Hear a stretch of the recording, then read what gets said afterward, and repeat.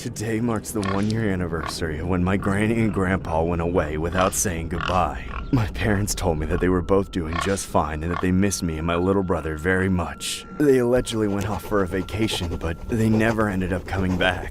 I was sitting in my room coloring when I remembered that it was exactly a year ago that they left. But right as I started missing them all over again, I heard my parents crying downstairs. I knew they had to be sad as well. I wanted to console them, so I left my room and headed downstairs to see them in the living room. Yet, when I was halfway down the stairs, I was curious and I knew they wouldn't talk about grown-up stuff if they knew I was there. So I stopped and listened. Oh, but how are we going to break the news to the poor little girl? I don't know, my darling. Maybe she's old enough now for the talk.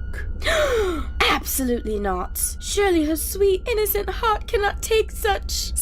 Oh, it just isn't right. I'm so sorry it has to be this way. If there was any other way I could change this cruel world we live in, you know I would. Yes, I know you would.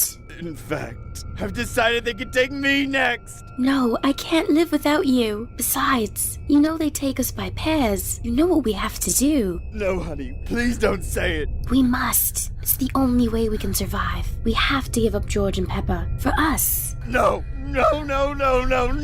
That would be a selfish thing to do, to let those monsters sacrifice them before us. You stupid old hog. We can make new piglets if we want to, but we have to be alive. Call me a hog again, you sick dirt gobbling swine. What the hell is the matter with you? What kind of parent are you? Well. I may take part in a bite of dirt from time to time, but I know where your tongue has been, mister. At least I don't stick my tongue up my... Mommy? Daddy, what's going on here? Why are you fighting? Peppa, my darling. Your father and I are having a grown-up discussion. You should go back up to your room. No, let us stay. Why don't you explain to her everything you just told me? Well, I will. You see, this isn't easy to say, but your father wants to... No, don't put this on me, you stinking pork chop! Fine! Peppa, your father and I are sending you and your brother off to be slaughtered this year. The room got quiet. Mummy and Daddy stared at me blankly as I gradually understood what Mummy had just said. I was naive, but not stupid. I remembered what happened to Granny and Grandpa, and I'd heard everything Mummy and Daddy said. I knew what it meant. Peppa, dear, go get your brother George. We didn't want you to, but look, it's time for you to, okay? Just listen to Daddy. Yes, Daddy. I walked away, trembling and choking on the lump in my throat. But I made my way up the stairs and went inside George's room, where he was playing with his toys without a care in the world.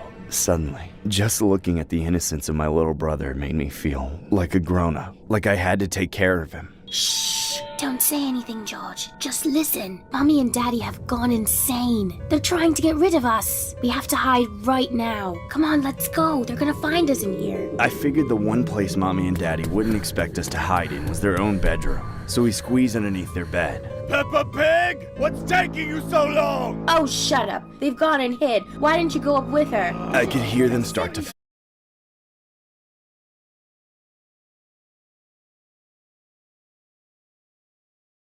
fight again, wailing and screaming at each other and yelling all sorts of awful things. They stormed up the stairs and started tearing apart the bedrooms looking for us. I could hear everything being destroyed as Mommy and Daddy became more and more like wild animals. I know it's only because they didn't want to be sacrificed that they acted this way, and in some way I understand it, but I still can't fully believe how quickly they turned on us. But I only had a moment to think before they barged into the room.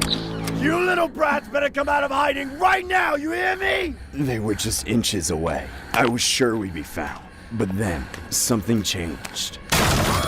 Shh! Stop it. Do you hear that? It was the sound of someone breaking down the front door downstairs. It's him! Hide! Suddenly, Mommy and Daddy were scrambling for a place to hide just like us. But they didn't have the same luck. They were so big that no matter how much they scuffled around trying to be quiet, there was nowhere in which they could possibly hide from what was coming. And of course, it wasn't long before that man, the butcher, started making his way up the stairs. Here, piggy, piggy, piggy, where are you? Come to Daddy now, my little bacon bits. I want some freshly bled pork chops. Yes. I can hear and smell you. Now all that's left to do is taste you!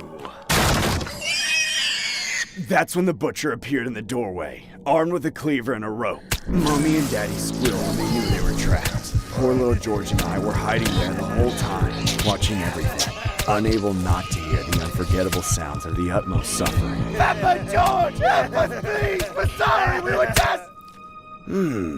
I wonder who this Peppa and George could be. Oh well, I've got my pair of piggies for now. I'll just have to come back for them next year.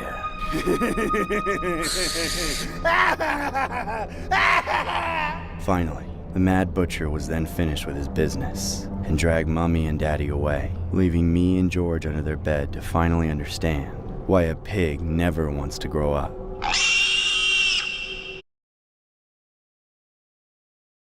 Nuevo Serum Collagen 16 de Vichy para el 100% reducción de arrugas. Are you ready to play Lunette the Clown?